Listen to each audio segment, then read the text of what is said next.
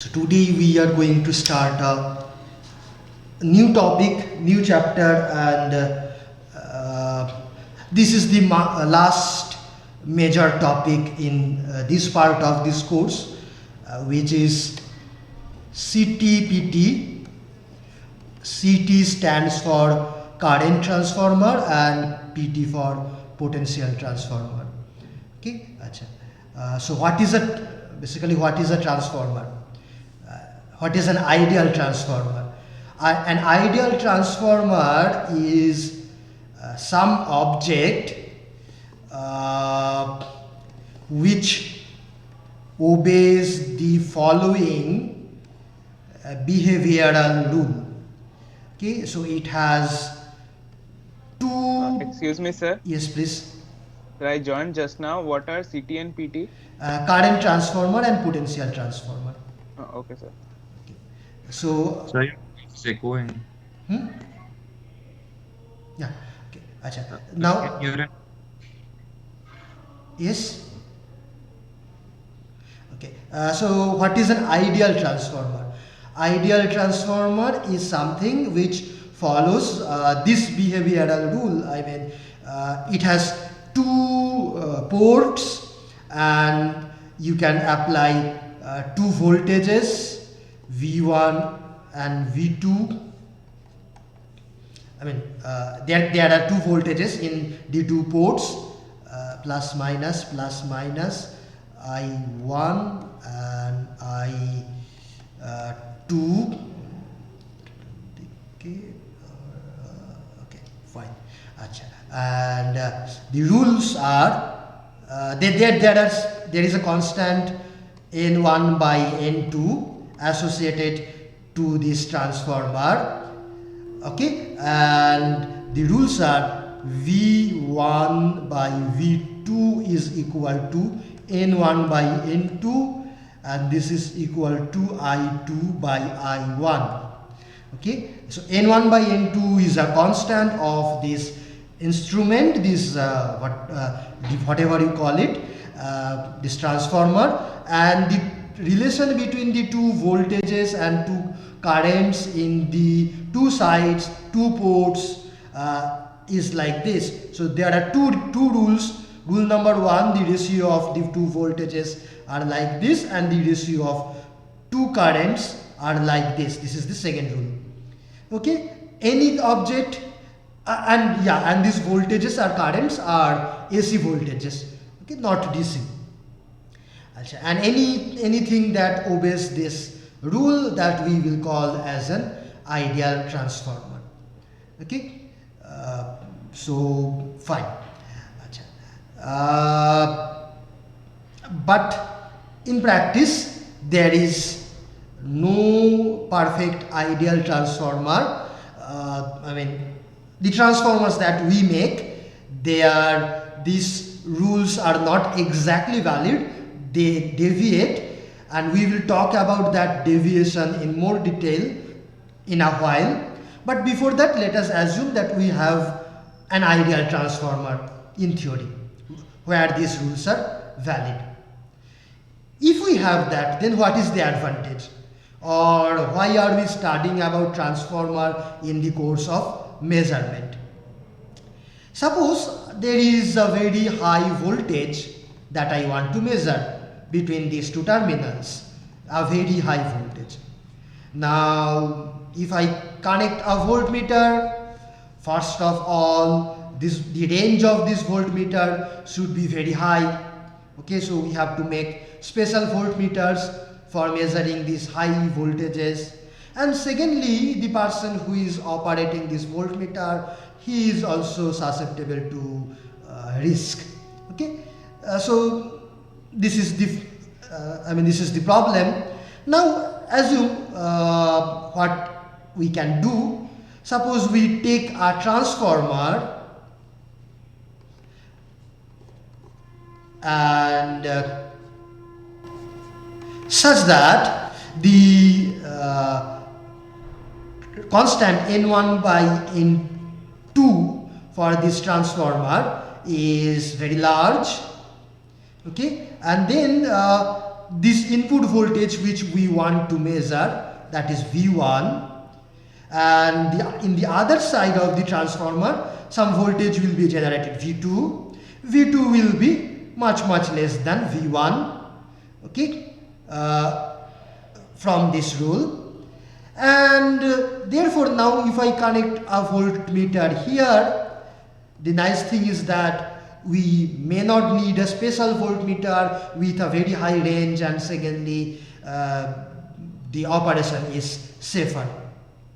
Okay, so we can basically use a transformer to step down a very high voltage or make it lower and then measure it.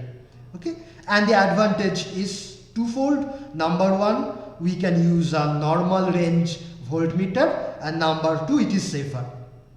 Okay, and then when we are using this transformer to step down a voltage or lower a voltage, okay, we will call this a potential transformer or PT, okay, because we are using it to measure a potential difference.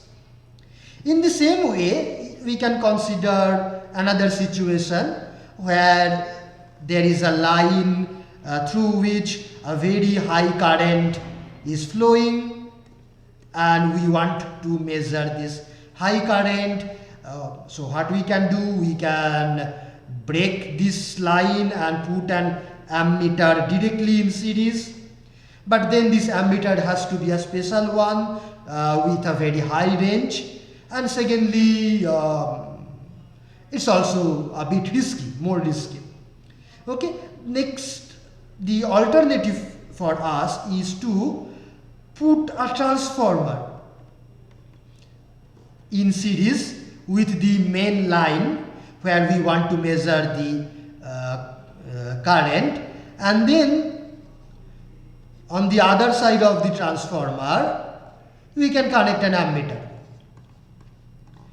and we will take this transformer in a way such that the secondary side, or this side current, this current, call it I2, is much smaller than this high current I1.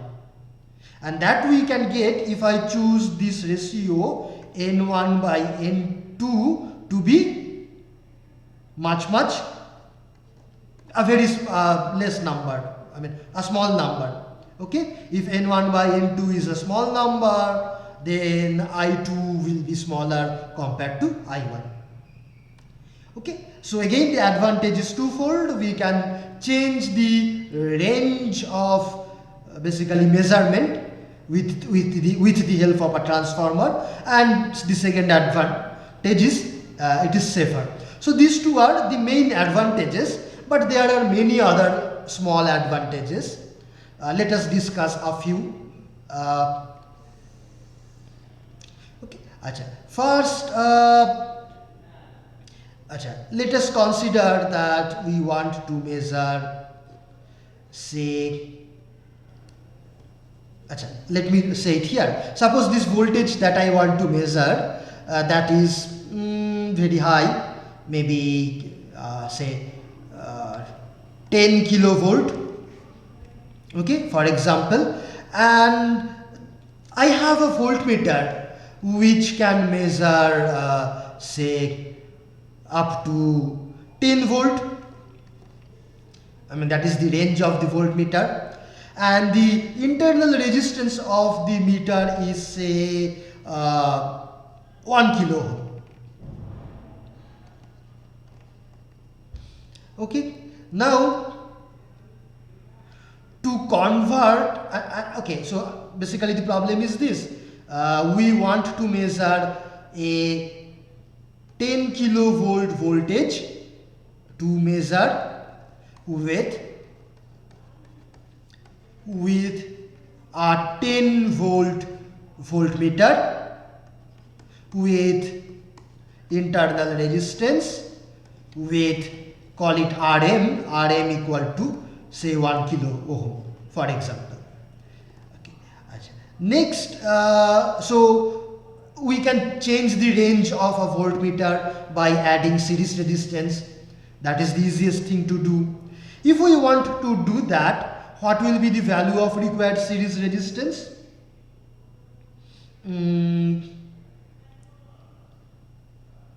Uh,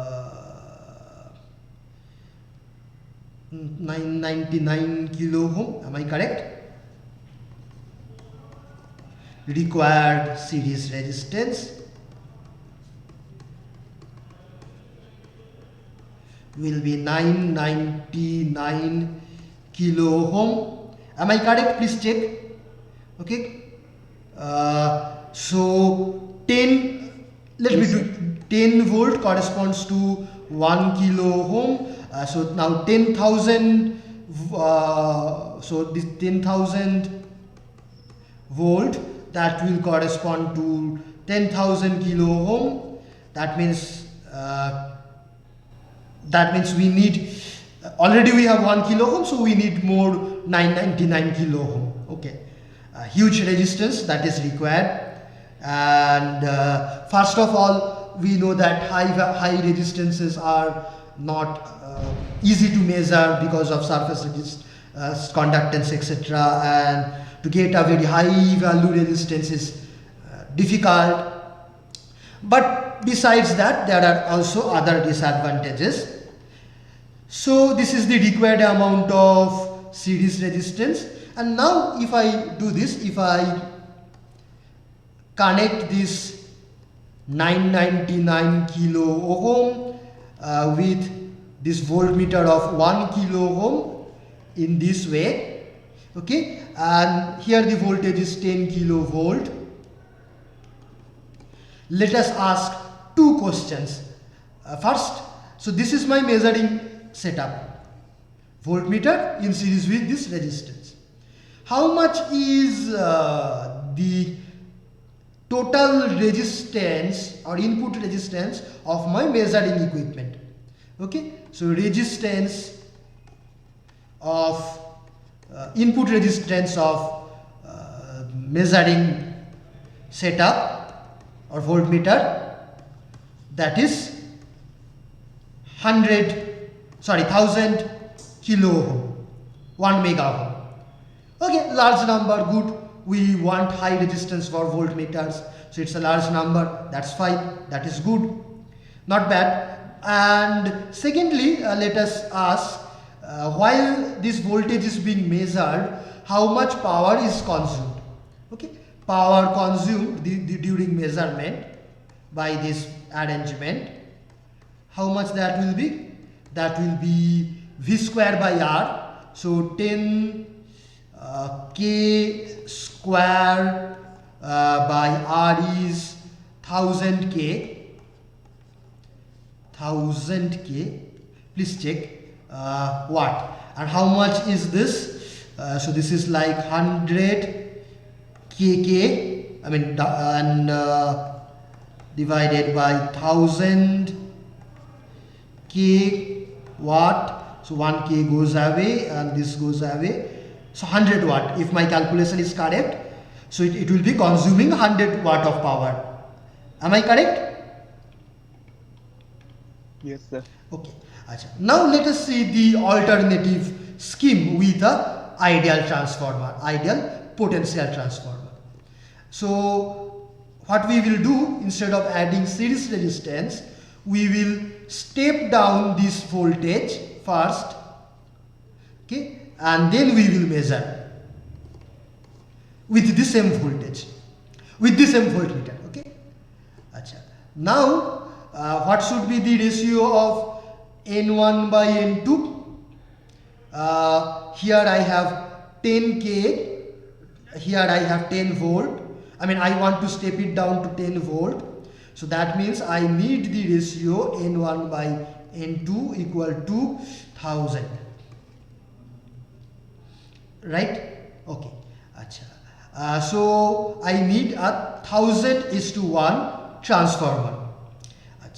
If so, now let us ask these two questions again. How much is the power consumed and how much is the input impedance of the measuring setup? Let us ask how much is the power consumed. So how much is the power consumed in this setup? So now this is my measuring setup, okay? The transformer together with the voltmeter is my measuring instrument. So how much is the power consumed now? It will be this voltage, okay, 10 volt, that's 10 square divided by this resistance is 1k, okay, 1000. So this comes out to be 100 by 1000 means 0.1, 0.1 watt. So this is much smaller than this value, okay? So we are getting some advantage that during measurement power consumed is lower, okay? Achha, now let us also check how much is the input impedance of this setup.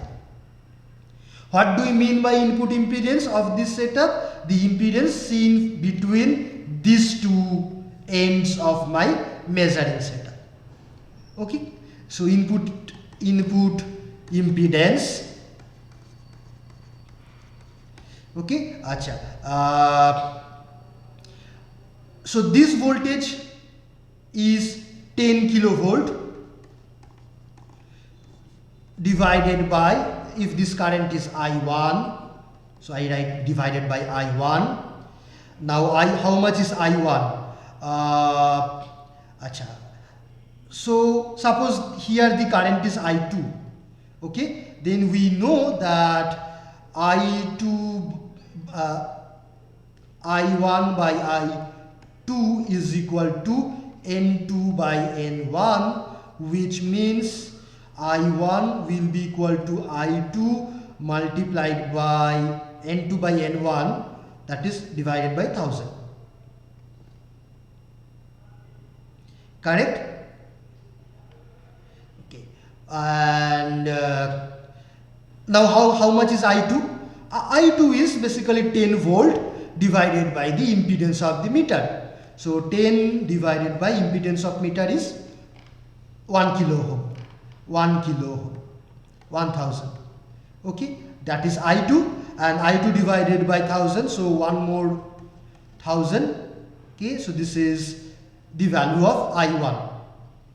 Now let me put this value here.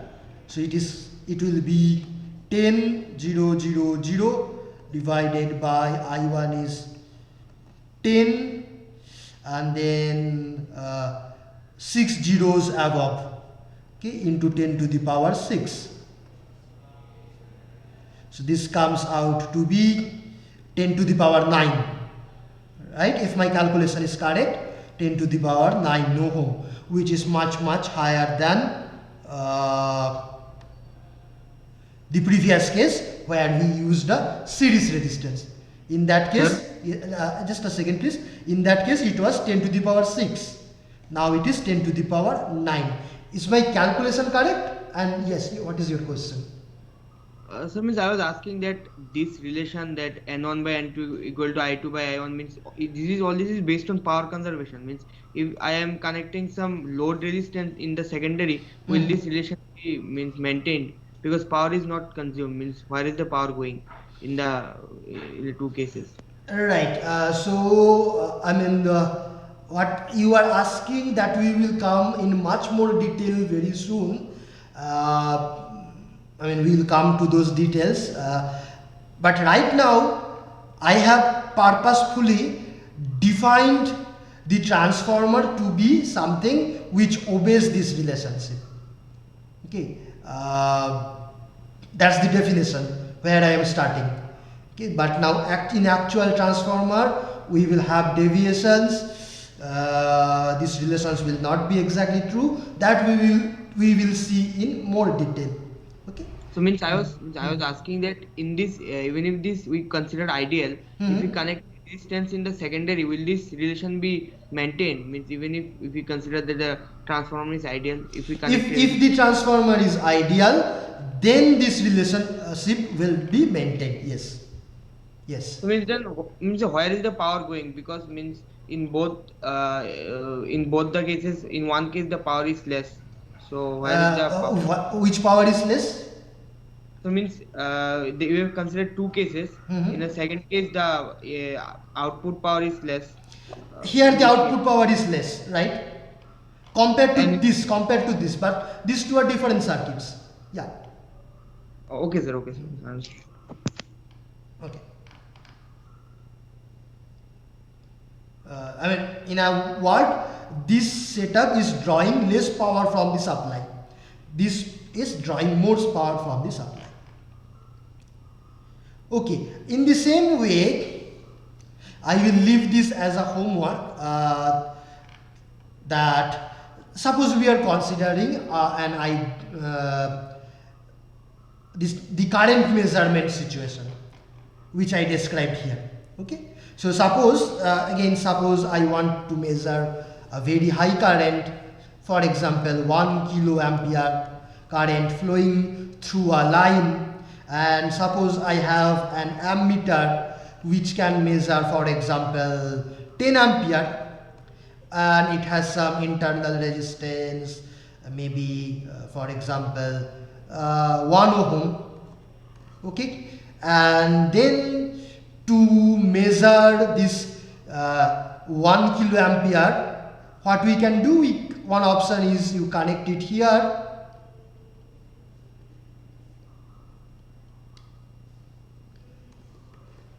with a shunt, of course. Okay, now you can calculate the required value of RS.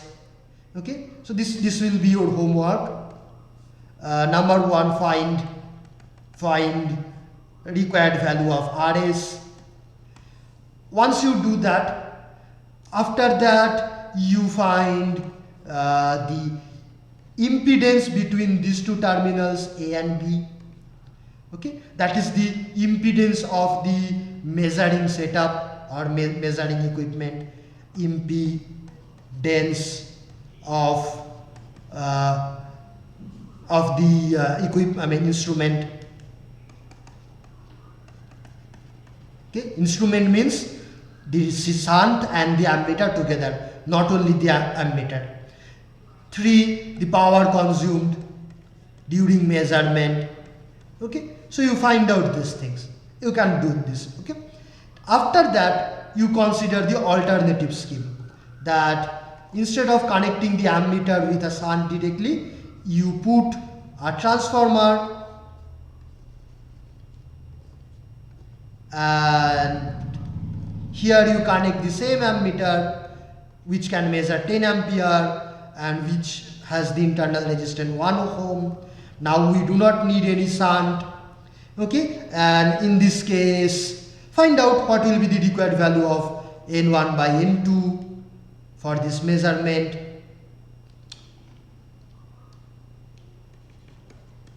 And then find out the power consumed, and then find out the impedance of the setup. So find out these values. Okay, impedance now means is the impedance between these two terminals, here to here. Okay, not the impedance of the meter alone. So now my measuring instrument is basically these two things together, this transformer plus the ammeter. They together is my measuring instrument. Okay, and you will definitely see that there is an advantage of using this scheme over this, both in terms of power consumed and the impedance of the measuring setup.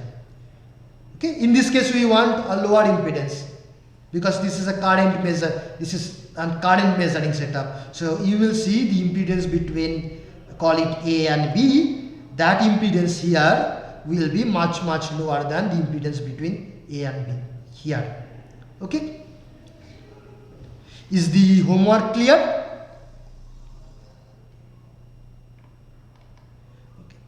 Okay. Okay, so these are some advantages of of using a transformer for measurement. But now and you also might have studied transformer in your machines course or power course, some other courses. So they are those transformers we call power transformers, and these transformers that we are talking about, CT or PT, this we call as instrument transformers. What is the difference between an instrument transformer and a power transformer? In principle they are same.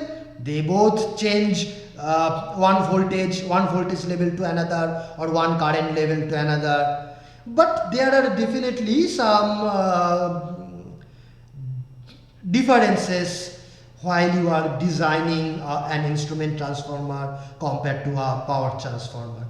The considerations or the focus is different. Maybe in a power transformer you are more focused on the efficiency, okay, of the instrument, while in case of instrument transformer the purpose is measurement, so we are more focused in accuracy. Okay, so next we will see what are the inaccuracies that we may get due to an transformer, and what are the considerations to minimize that, etc. Okay, so while talking about this ideal transformers where this relationship is true, there we do not have any inaccuracy to be considered. But in real transformers, we will see now, we will get some inaccuracies. But for that we have to revisit the equivalent circuit, phasor diagram, etc. of a transformer. Okay, we will do it quickly. How do we make a transformer in practice? What do? We take a core, iron core, maybe CRGO they call it, the material often, and they put 2 windings on this core. The windings actually are not like this diagram, separate from each other. That's okay, fine. So I mean, in principle there are 2 windings on a core, and if you apply a voltage on one side, and so if you apply V1 plus minus, this is my chosen reference, it will drive some current I1, and that I1 will create some magnetic flux like this.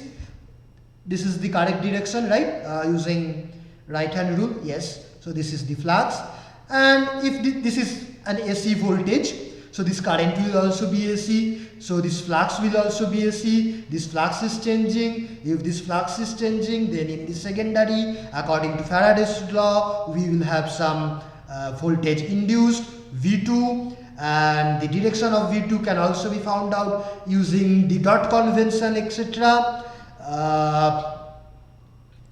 I will take this as my reference direction for V2, and if I now connect something in the secondary, anything, a meter or any other object, then current will flow. Let me call this current I2.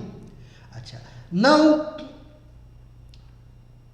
first we have to find out the direction of the induced voltage and the direction of the current flow before anything else. So let us recall the dot convention that you have studied in the networks course previously. Okay. Suppose this is the chosen direction of I1. This I1 creates a flux in this direction. Okay. Now suppose at any particular moment dI1 dt is greater than 0, that means this current is increasing. If this current is increasing, then this flux is also increasing, and if this flux is increasing, then this coil will induce an EMF in a direction which will try to drive a current. so that this increasing flux is reduced, Lenz's law. That means the effect will try to oppose the cause.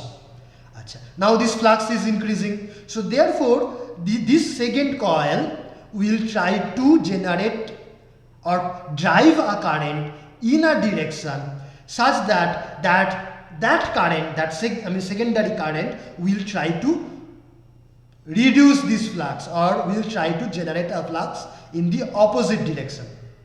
So in which direction should it try to create the current? Should it be in this direction or should it be in this direction? So this one.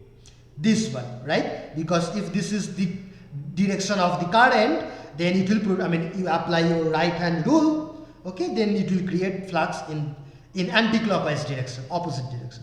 Okay, so that means it will try to drive current in this direction. So that means this side will be positive, this side will be negative. Okay, and so that means I said when this di1 dt is greater than 0, then this side will be positive, this side will be negative. Now di1 dt greater than 0 means here the if the self impedance of this coil is L1, suppose this coil is L2 and the mutual inductance is M, then L1 di1 dt, okay, that voltage will be V1, there may be resistance loss etc also. But L1 di1 dt, according to that drop, this side will be positive and this side will be negative.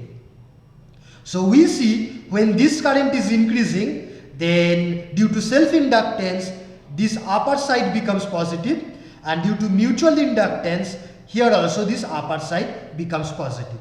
And therefore, we will put a common symbol like a dot and a dot to indicate that these two sides become positive together. Oh, let it be there. Yeah. Okay, so that is the dot convention. Next, how this transformer works. Okay. If you have nothing connected in the secondary, then this voltage V1 is fluctuating, AC voltage, current I1 is fluctuating, flux phi is fluctuating, therefore V2 is induced and V2 is also fluctuating. But if the secondary is open, no current is flowing and the story ends at that point. Okay, but the moment you close this with something, whatever, maybe a meter, maybe some impedance, then what happens?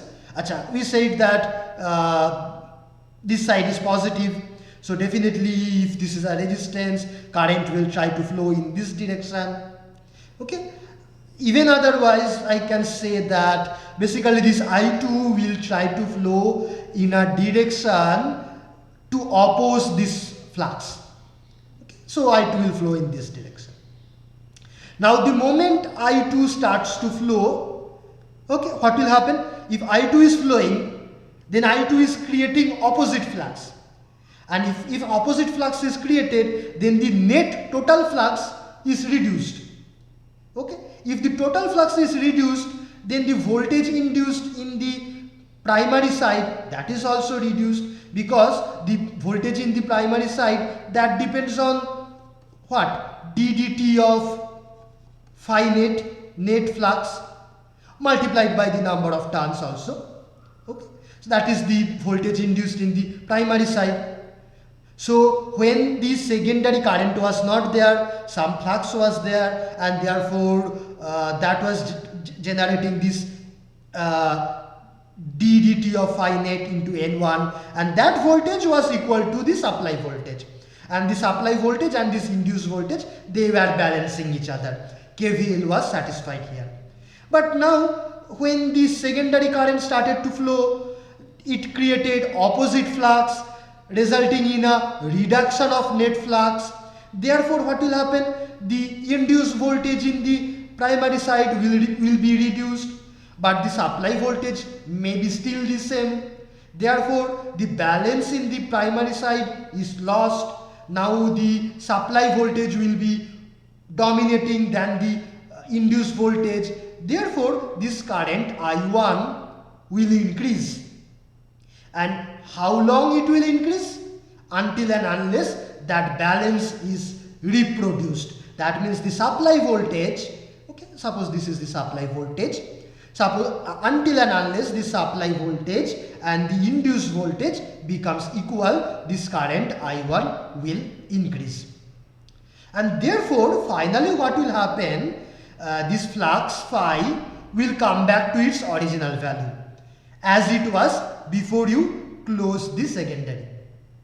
Okay, so this flux will almost come back to its original value, and therefore basically I can say the amount of reduction in flux created by I2 is equally balanced by the excess amount of I1 that started to flow.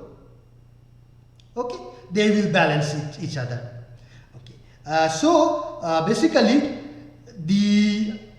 what I can say, I2 into N2, this is the MMF of the secondary.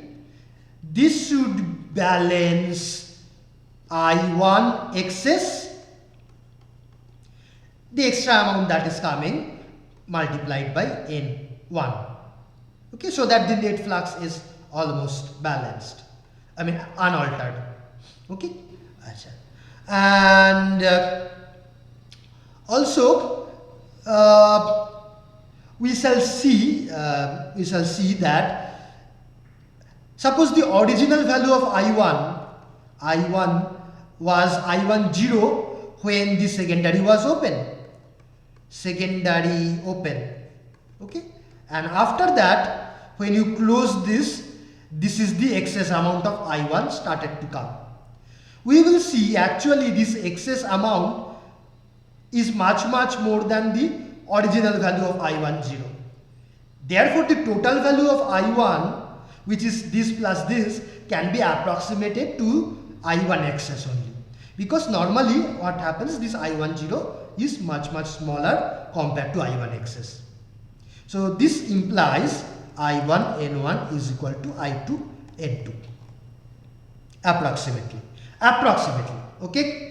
I mean, this is true only for ideal transformer, but already one approximation you can see. Actually, this is I1 excess N1 equal to I2 N2.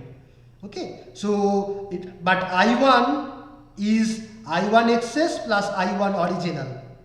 So this is already you see one approximation. Okay. And secondly, another thing you notice that when this I1, what is the relation between the direction of I1 and the direction of I2? Okay, the direction of I1 and I2 will be like this. If I2 is leaving the dot, I1 excess will be entering the dot. Why? According to the dot convention, if two currents are entering the dotted terminal, then both of them will create flux in the same direction. But we have seen that these two currents, I2 and excess I1, they create opposite flux. So therefore, if one current is leaving at any moment, the other current will be entering the dot at that moment, like that, roughly. Okay? So in an ideal transformer, now we will also incorporate the dot symbol. Okay, and in case of an ideal transformer, if this voltage is V1 with positive, I have taken the reference like this dotted side is positive. Here also then I will do the same thing. Okay, and I will take the reference of I1 like this. entering the dot and I2 leaving the dot. Then ideally in that case V1 by V2 will be equal to I2 by I1 will be equal to N2 by N1. Sorry, N1 by N2. Okay, Acha. Now one thing you notice that in my previous definition of an ideal transformer here, I did not talk about the dot symbol, but now I make it more clear, more explicit that this should be the convention of the direction of voltages and currents. Okay, and then only this relation is true. I mean, if I choose, for example, V1 in this direction, then here I have to put minus V1, otherwise that won't be correct. Okay, in the same way, if you take any current in opposite direction, you have to put a minus sign somewhere. And this N1 by N2, you by now you already know this is nothing but the number of the ratio of the turns in these two windings. Okay, Acha. So that was a quick recapitulation which you. Sir, will this condition be still be valid if the dots are in opposite direction and the I2 is reversed? If the dot is, for example, like this, then there are two things I can do. Number one, I will choose my reference voltage like this and reference current like this, and then this relation will be still true. Okay, but if I, for example, take this in this way and I2 in this way, then I have to put a minus here and also a minus here.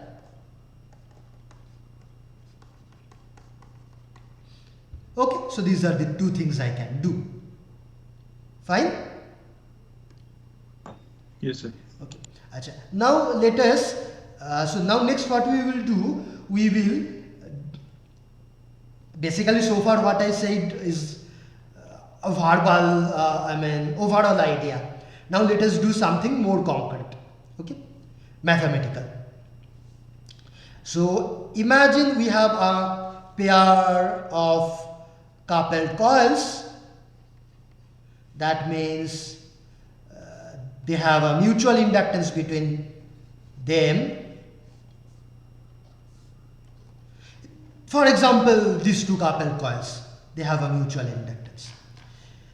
Now suppose L1 is the self-inductance of this coil, L2 is the self-inductance of this coil, and M is the mutual inductance between these two.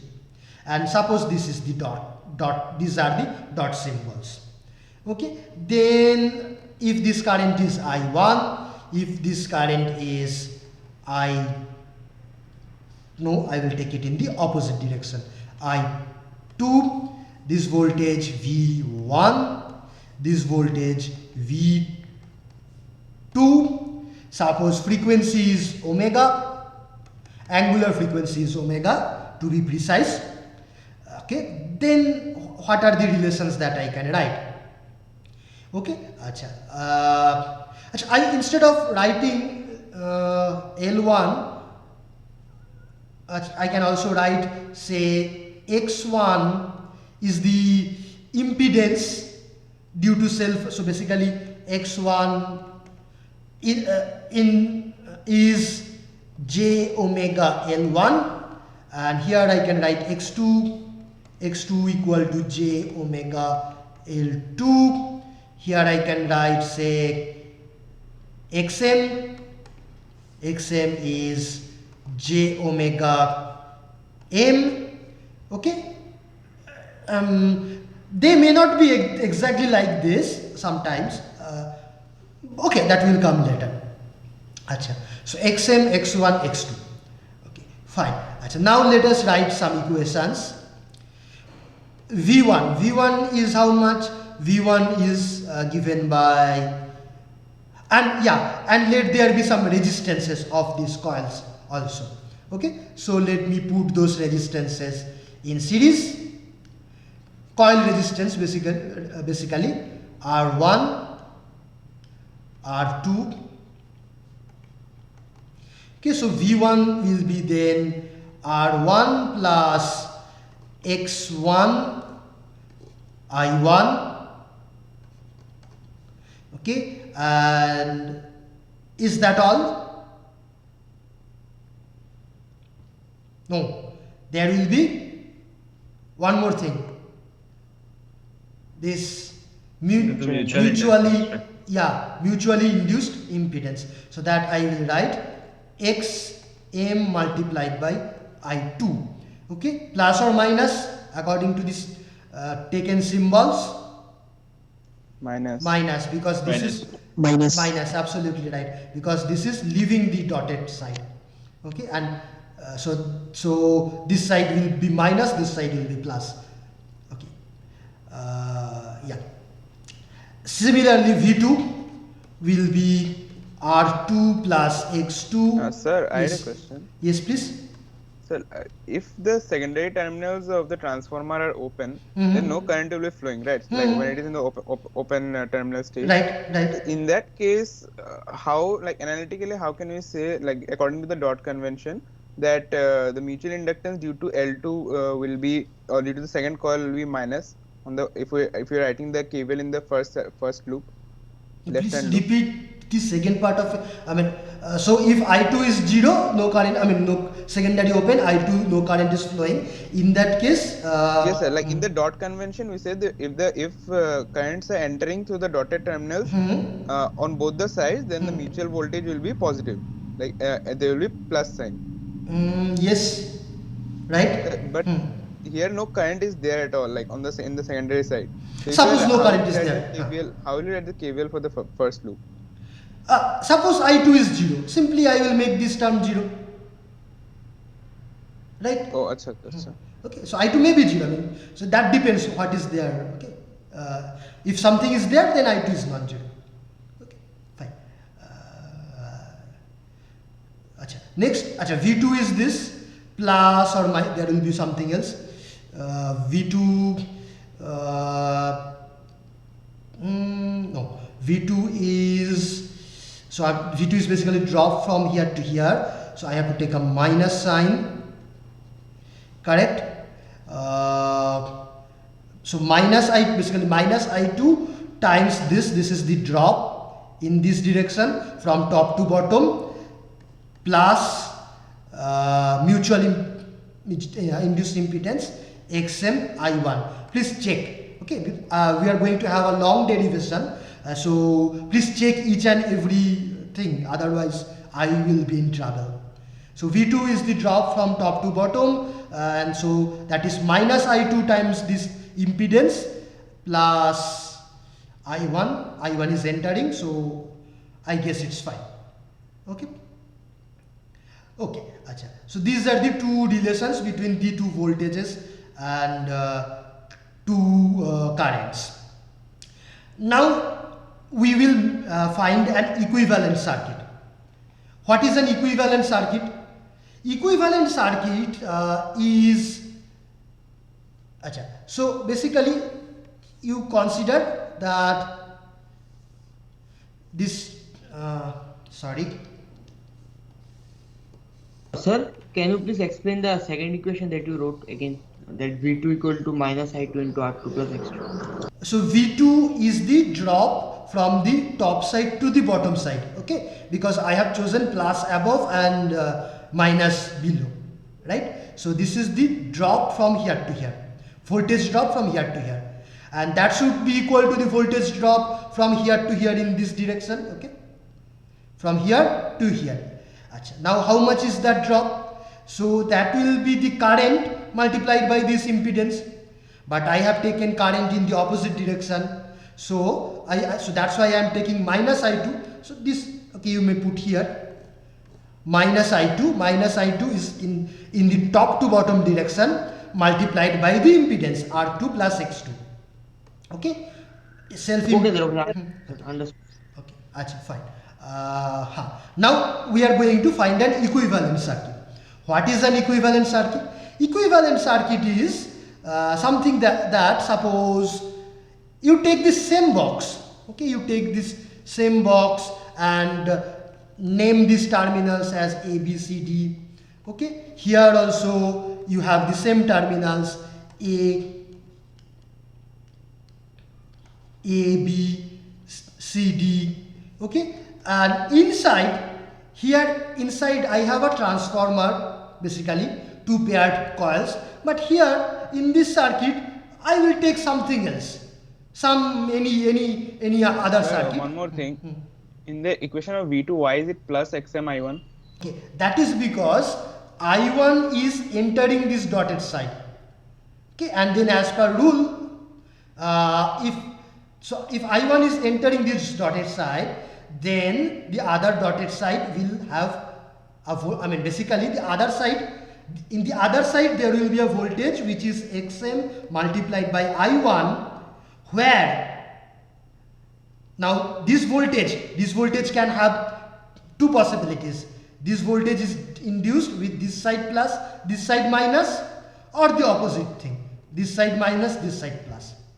How do we know which side? Okay, and for that the rule is, if I1 is chosen to enter the dot, then the other dot will have the plus side. Okay, does that answer your question, or Amritaksha? Yes, sir. Yes, sir. Okay. So these are the two equations. Okay. Now I was talking about equivalent circuit. And what is an equivalent circuit? Equivalent circuit is that you take the same box, but inside the box you put something else other than this transformer. Anything you put, but you make sure that whatever you put from outside, if I denote again this voltage as V1, this voltage as V2, and this current as I1 taken in the same direction, here I2 taken in the same direction, okay, everything taken as in the original circuit, okay. Then from outside the relation between V1, V2, I1, I2 will be exactly as it is for the original circuit, but inside I will put something else. Okay, I can put anything, but from outside the behavior should be same.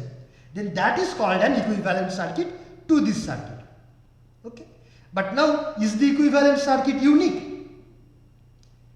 No, not necessary. For example, consider a very simple thing. Consider a set of resistances. Okay, a set of resistances, and this circuit has two terminals. Okay, so there is V1, V2, I1, I2, and there is some relation between V1, V2, I1, I2 which I can find, and after that I can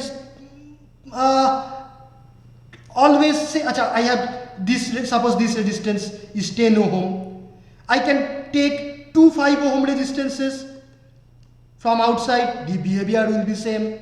Now suppose these two conductances are, these two resistances are something like 1 by 2, 1 by 2.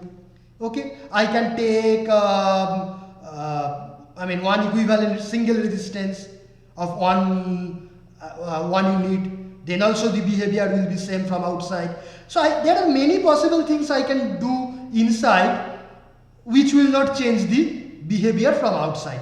Therefore, in general, equivalent circuit is not unique.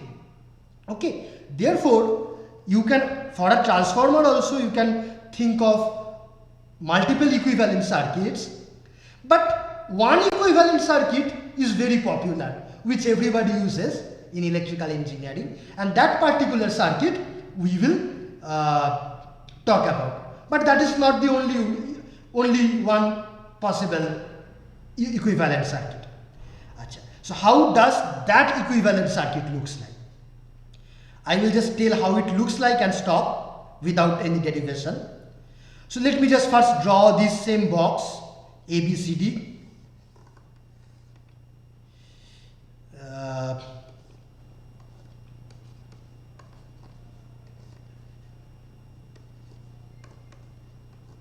Okay, acha. So this is basically the circuit of, circuit representation of a transformer, where there is N1 turns and N2 turns for these two coils.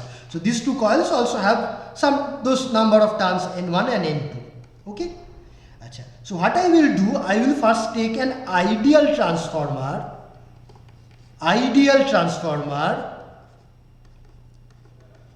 with same number of turns N1 and N2.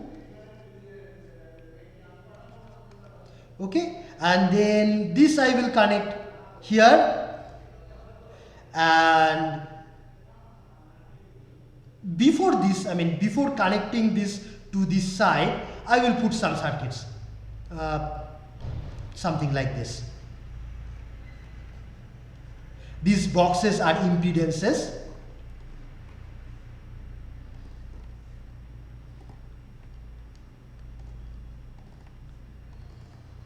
Okay, so we will find out the values of these boxes. You can call Z1, Z2, Z3, and after that there is an ideal transformer. Okay, and these two things together should behave like this thing alone. Okay, and note that this ideal transformer is theoretical, ideal, and therefore for this transformer the relation that V1, if this is V1, okay, not this, or you call it V1 prime, okay, so V1 prime by this voltage will be exactly equal to N1 by N2, okay, and the current, this current if you call I1 prime and this current I2, then their ratio will be exactly I2 by I1. So that will be true only on pen and paper on mathematics, and then we will find out tomorrow what should be the value of Z1, Z2, Z3 such that from outside the behavior of this box is exactly same to this box. That we will do tomorrow. Okay, so we will continue from here. So, excuse me, sir. Okay, yes. So, the derivation which you have did earlier at the starting of the class, that is how transformer was better than using the normal resistance in series. Yes, yes. What does this impedance signify? It is high in this case. Okay, see, Compared you recall that while studying voltmeters, ammeters, we said voltmeter impedances should be very high. Why should it be very high? Because we talked in terms of Thevenin voltage. So suppose even if I have a battery, the Thevenin voltage is V Thevenin, then the resistance R Thevenin, and then we are measuring this with a voltmeter V with meter resistance Rm. Now when this meter was not connected, if this is not connected, then this voltage is V Thevenin from here to here, and that is what we want to measure. But the moment we connect this, then what happens? Some current flows, and therefore the voltage between these two terminals is no longer V Thevenin. How much it becomes? It becomes V Thevenin divided by R Thevenin plus Rm multiplied by Rm. Okay? Only if this Rm meter resistance is much higher than this R Thevenin or the circuit resistance, then if this is small, then you can ignore, you can cancel, these two terms are equal and you will get nearly the same value as the open circuit voltage, and you will not have any error. Okay, but if this resistance is comparable to Rm, or if Rm is not very high compared to R Thevenin, then we will get error. We are measuring a lower voltage compared to the voltage that we want to measure. Now here, while measuring any high voltage, this is my measuring equipment. Okay, overall everything together inside the transformer plus the voltmeter is my measuring equipment, and I am measuring the voltage between these two terminals. This side I have not drawn, but there is definitely some circuit. Here definitely some circuit is there, and therefore you can consider the Thevenin voltage, basically the open circuit voltage between these two, and the impedance of this circuit. Okay, only if the impedance of this meter between these two terminals is much higher than this Thevenin resistance, then my measurement will be accurate, otherwise not. And the higher this impedance, better will be my accuracy. Okay, so that's why we calculated how much is the impedance between these two terminals, and we saw that the use of a transformer actually magnifies the impedance to a large value, and that is good. Okay. Okay, sir. Thank you. Okay. Hello, sir. Yes. The questions for this chapter is not uploaded in the course website, so. That's because I do not have much stock. I will try. I will try to put some. I will try to put some. And but in general, otherwise, just a second. Otherwise, and whatever type of problems we are solving in class, basically that's enough for exams. Yes. Okay, then let us stop here today. Thank you, sir. Thank you. Yeah.